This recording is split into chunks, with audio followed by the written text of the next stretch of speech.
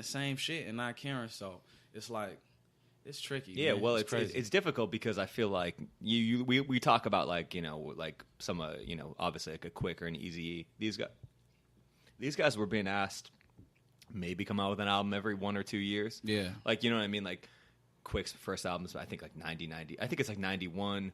Second one might be 92. But then you get a couple years off. Now you're being asked to put out 2 to 3 projects a year, especially when you're starting at least to kind of get going. Like you know, and that's probably difficult. I imagine. And it's gotta be good. Like it can't sound like the last project. Yeah. You know what I mean? Well, if All Blue wasn't like, here's like if with Shit Don't Stop, I feel that was the one that kind of broke you out nationally. Maybe like Enterprise 2 was the one before that. Yeah, Enterprise 2. Probably broke you out like really locally. Yeah, locally, like super local. You know what I mean? But it gave me enough confidence to keep going. You know what I mean? but if All Blue wasn't great, then it's almost like that's hard to come back for. You almost have to do. It's like walking a tightrope. I think at the beginning.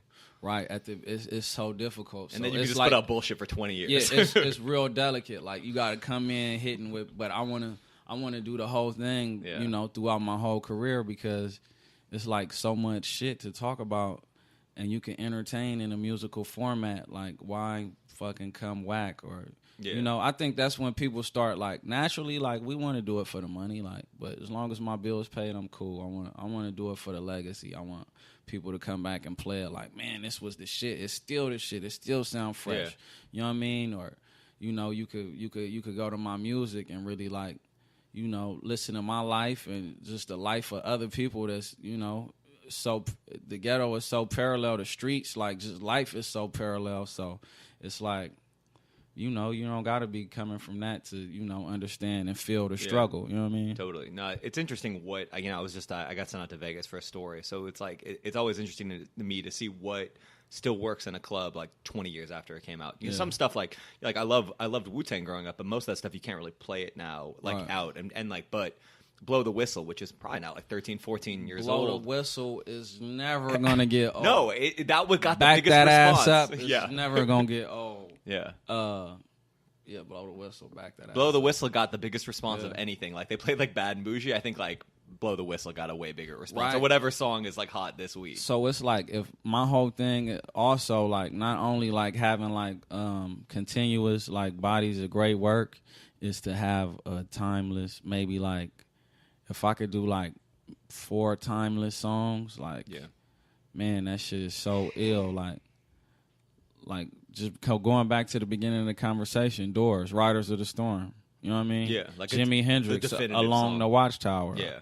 Hey Joe. Yeah. You know what I mean? It still sound new right now. Yeah. So if I could just make like 4 or 5 songs like that, I think I just did a great job. Like, I think people don't realize how hard. You know what I mean? Like it's like even like how rare those are. You know, right. You got to do it on accident. Yeah. You know what I mean? You can't go in like I want to make because then you just make your job way harder. You got to have fun and just express yourself. But you know, that's my goal to have at least 4 of them. Are you one of those people that has like a party in the studio? Do you need to be alone in the studio with just a producer engineer? How do you? I like I got different ways of working. Like I like to have a party around sometimes just so I could get that good energy, share them good vibes, and have a good time. But if I'm partying, I can't work. Yeah. So. It'd be nice when I have everybody through. We chilling, enjoying, each other's company, drinking, few females around or whatnot. And then when it's like work, when I do my best work, I'm like by myself in that zone or somebody else in there, and I'm pacing and I'm thinking. You know what I mean? Yeah. Do you write or do you freestyle everything? I write. I write like my verses, like majority of all my verses I write. Like a lot of the hooks, I just go in and vibe out. You know what I mean? But like the verses, I write majority of them. You know what I'm saying? It might be a line or two that I punch in, but overall, I don't really step up to the mic until it's written. Do you write mostly on your phone? I used to. I did that, and then I lost my phone. Yeah, and then you're done. Right. It's like but now my notes are connected to my email, so it really don't matter if I lose it or not. Yeah. But I only write in my phone if I don't got no paper. Really? So you write on paper? Yeah, that's I prefer the paper. So and it's tight. Like and the way I write, I think I want to I got all my notebooks that damn near every rap that I done wrote since 2012. That's cool. You know what I mean? I got a stack of notebooks, so you know that might be something of some value one day. I think about that a lot actually, about the fact that there's not going to be any like actual physical imprint of anything, where it's all going to be like digital. You know, like there was this musician Ariel Pink. He's another LA dude, like weird dude, kind of like a psychedelic rock guy. He's like in his late 30s now, but he's been doing it for 15 years. But he had the song, I forget the title, but it was about the concept was like what it would be like if he died and he had a kid, and like what are you going to give to your phone, like these like iPhone files, you know what I mean, like these like phone files, like a bunch of JPEGs, like exactly, it's like a weird thing. You're going to give them your email code. or Here's probably the code not. to the email. Yeah. Learn everything about me and all the spam I've received. That's weird. What was I going to say? So in 2012, that was when you... was that your longest bid at that point in 2012? No. I did it 2006 to 2009. Oh wow. Yeah. That's great. I'm not going to do like DJ Vlad, where it's like, what are the serial numbers on the gun that you like?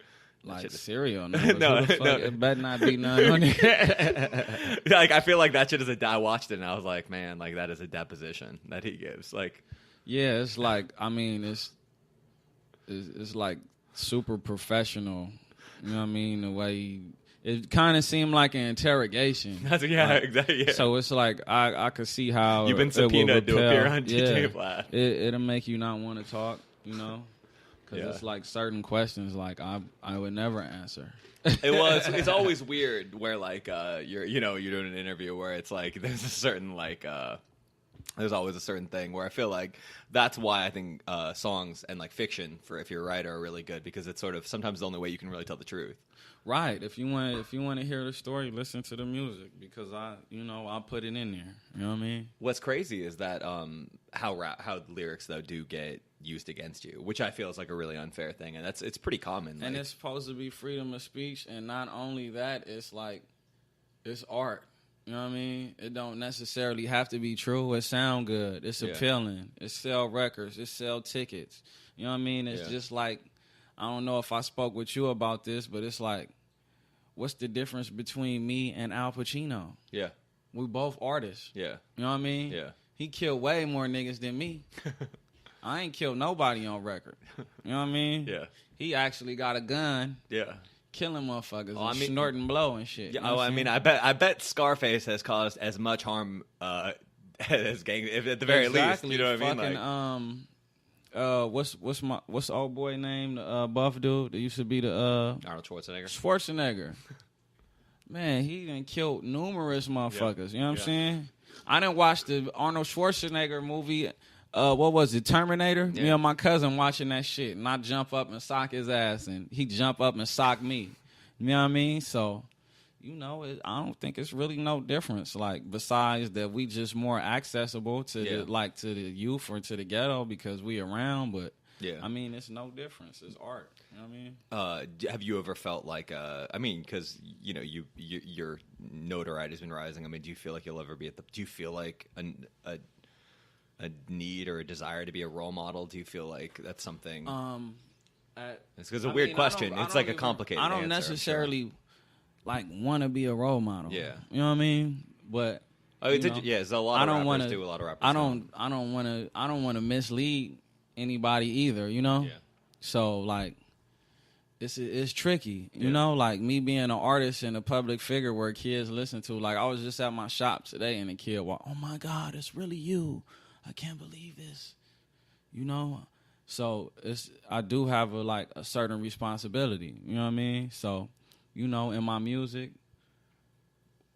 I do what I do, but that's what platforms like this is for, so they could also hear where I'm coming from as well. Like, yes, life is like this, but it's also like this, you know what I mean. Totally. So it's interesting because I feel like a lot of people now don't really like. I mean, I think when you're coming up, you do, but a lot of rappers, it's harder to get people to actually want to talk about anything, really, because it's like you have all these different ways to kind of.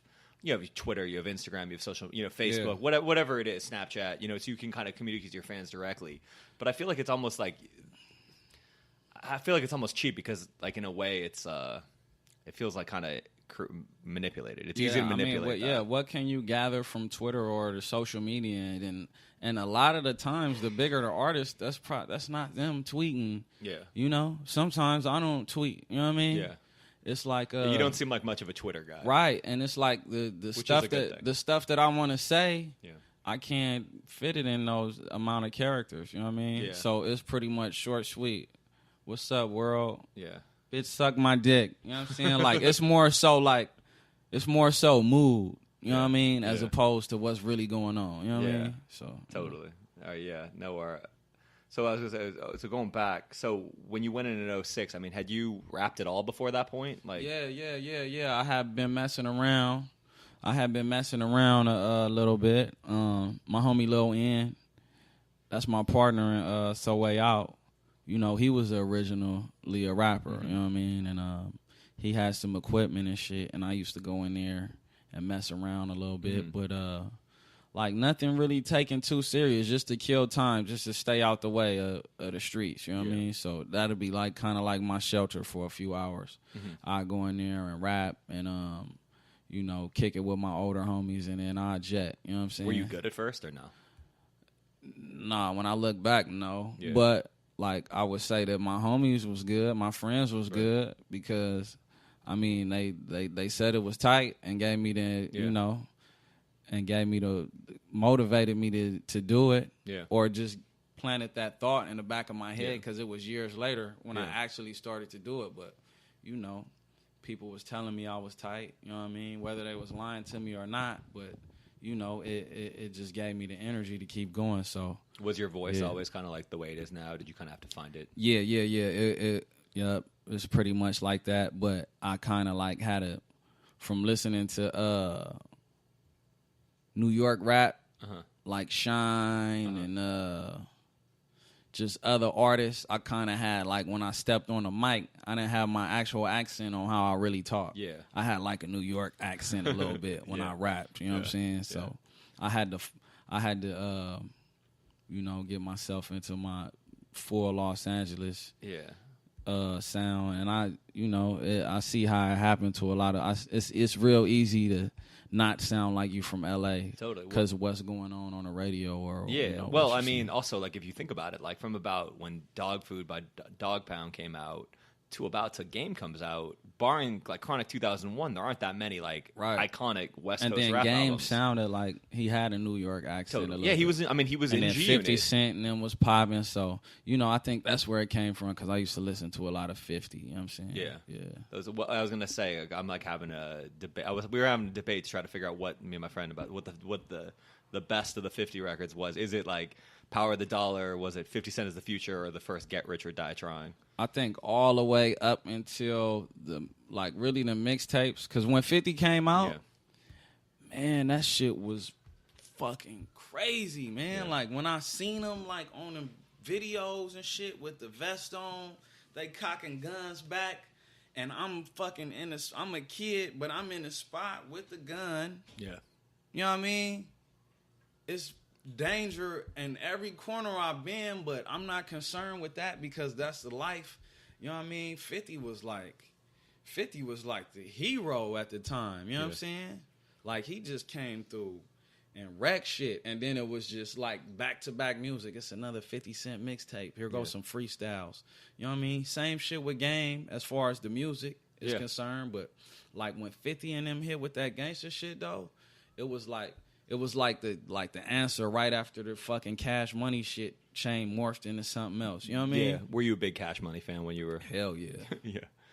Yeah, they were. Hell yeah. I'm in the fucking 6th grade with big ass t-shirts, big ass jeans on. You know what I mean? Yeah. I mean, like, it's funny. Like my mom finally sold her house, and I was like I had a collage, and I had this old like Lil Wayne and the Hot Boys like picture on my wall. And I had Lil Wayne tape. Yeah, you know what I mean? His first album. Yeah, we was big on Hot Boys, like Master P and them. They was popping, but I was kind of like a little bit before my time. Yeah. You know what I mean?